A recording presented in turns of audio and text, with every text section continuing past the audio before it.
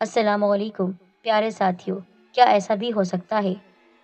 آج کی یہ پراسرار کہانی سن کر آپ حیرت کے سمندر میں غوطے کھانے لگیں گے، تو سنیے بھی اور شیئر بھی کیجیے، اور اس سے پہلے ہمارے چینل سیدہ سینٹر کو سبسکرائب کریں، اس کے ساتھ بیل آئیکن کو بھی دبا دیا کریں۔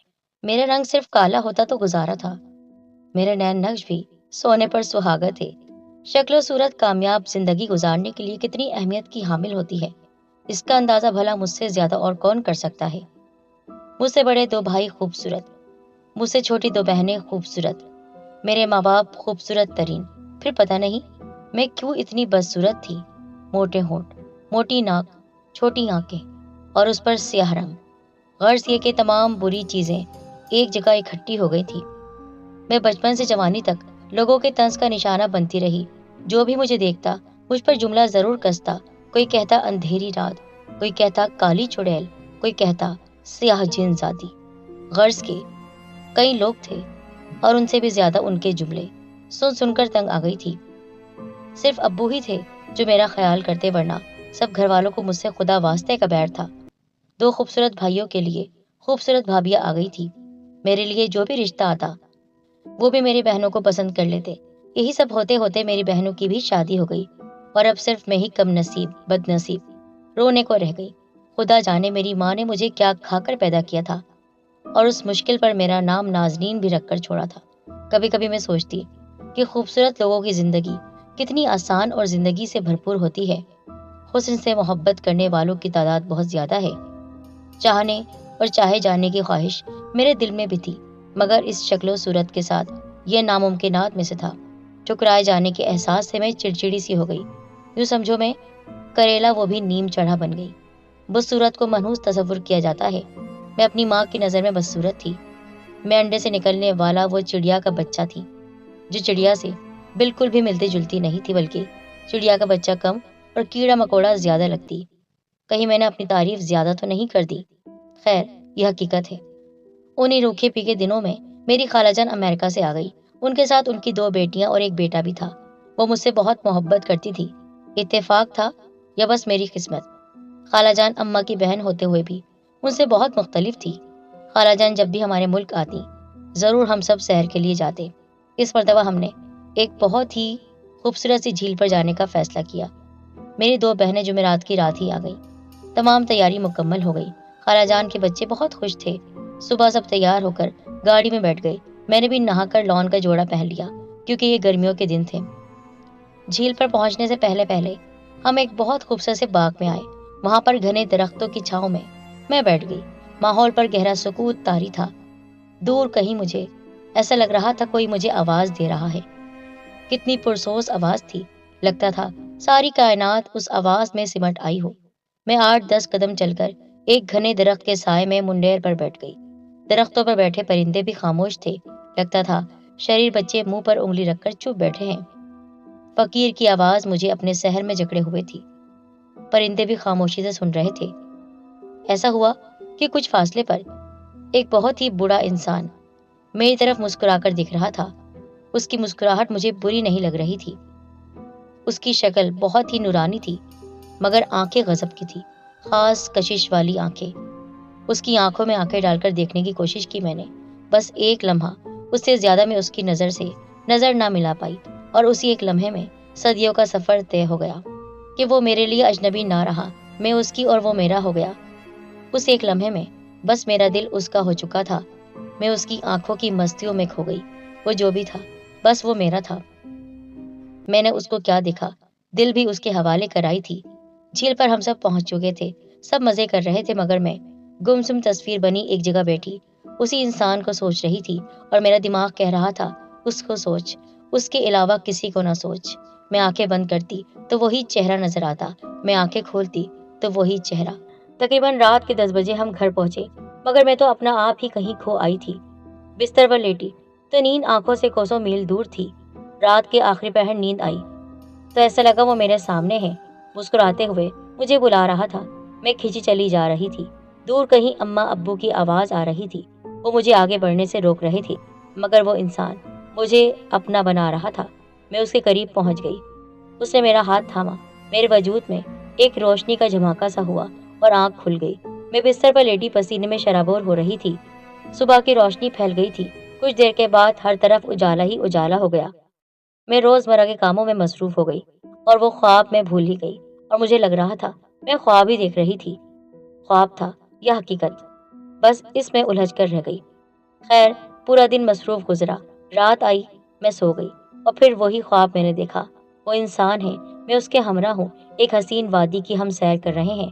अब तो मैं हर रात उसके साथ होती। दिन बेचैनी में गुजरता और रात का इंतजार रहता। रात आते ही वो मेरे पास आ जाता। ऐदो पैमा होते। रोशनी फैलते ही ख्वाब टूट जाता। मेरी हालत अजीब पागलों की सी हो गई थी। दिन भर खोई खोई रहती। मैं नहीं जानती थी कि इश्क की कौन सी मंजिल है।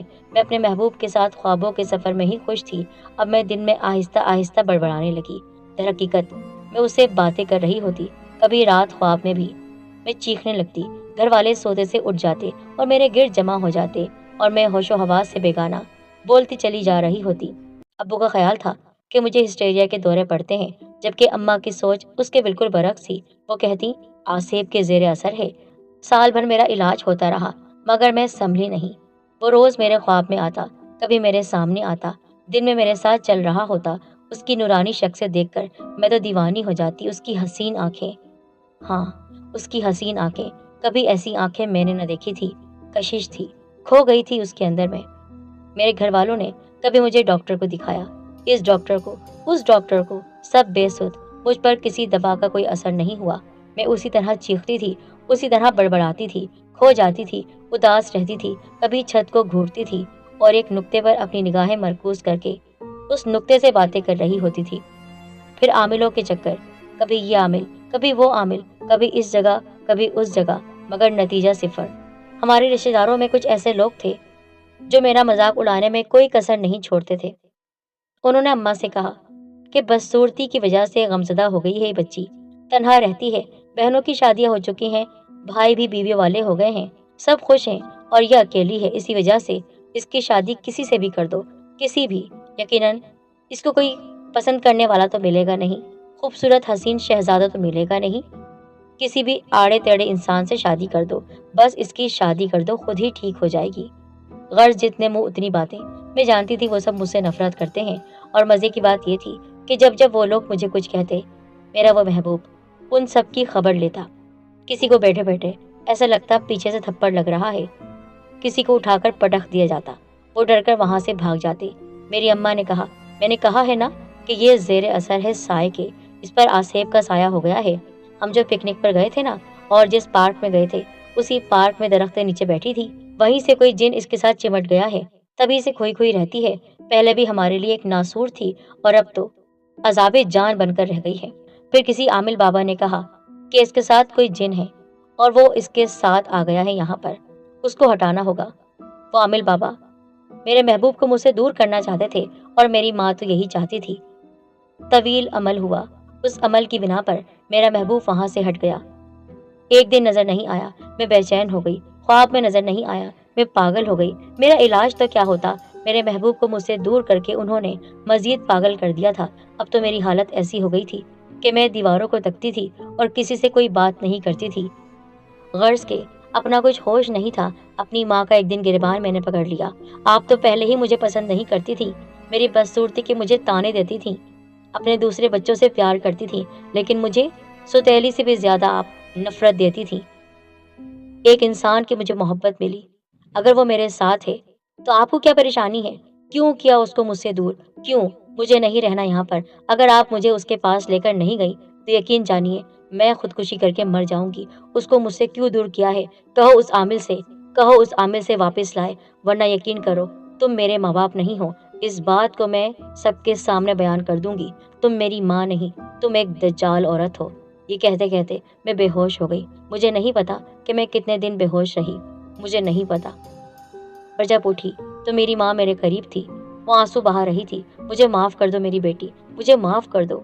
मैंने तुम्हें तन्हा रखा, अपने दूसरे बच्चों से प्यार किया।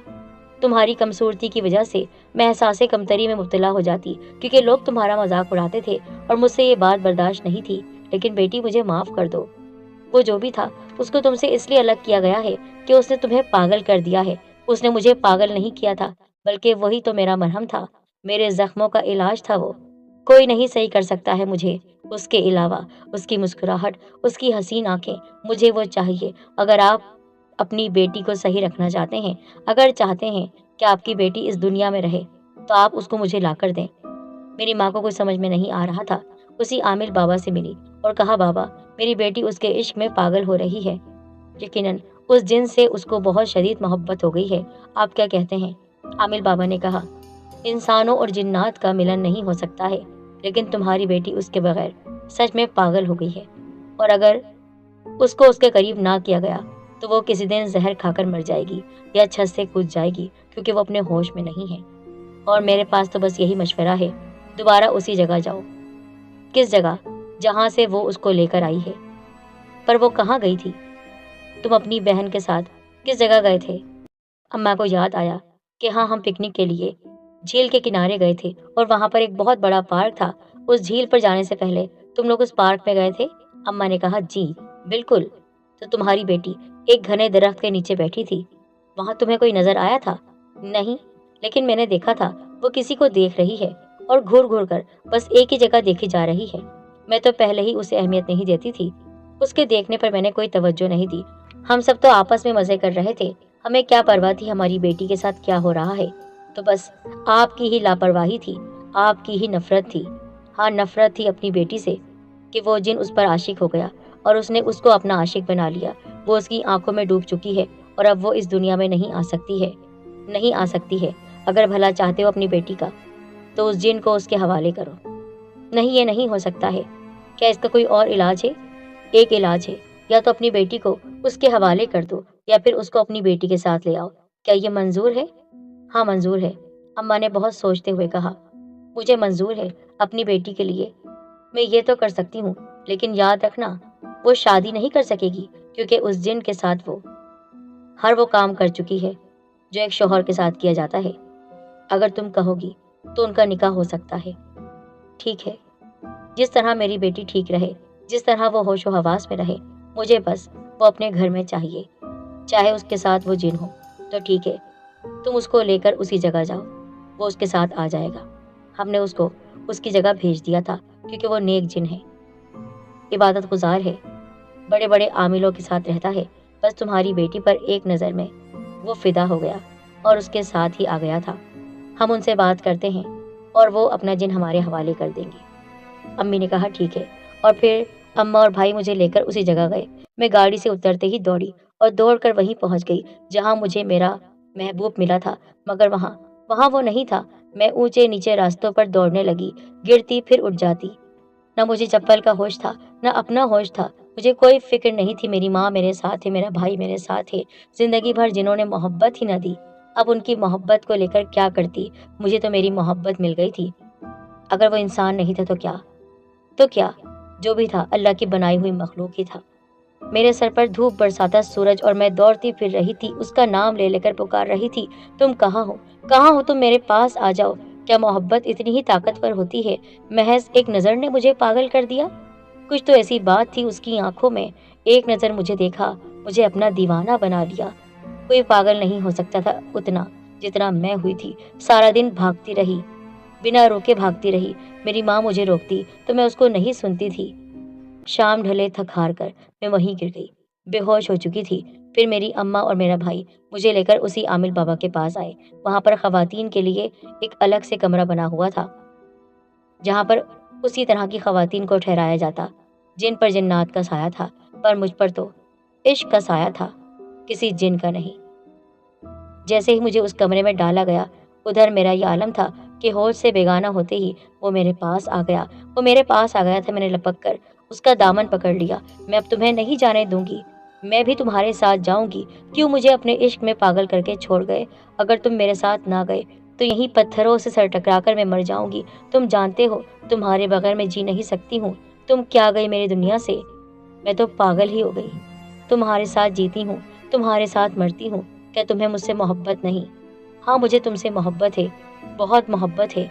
तुम्हारे इश्क में पागल होकर तुम्हारे घर चला आया था, लेकिन मैं क्या करता, मुझे तुमसे अलग कर दिया गया। मेरे मुर्शिद का हुक्म था तो मैं उनके कहने पर अपनी जगह आ गया, पर तुम्हारे बगैर میں رہ نہیں پا رہا تھا، بس یہی دعا کر رہا تھا کہ وہ میرے پاس آ جائے یا میں اس کے پاس چلی جاؤں۔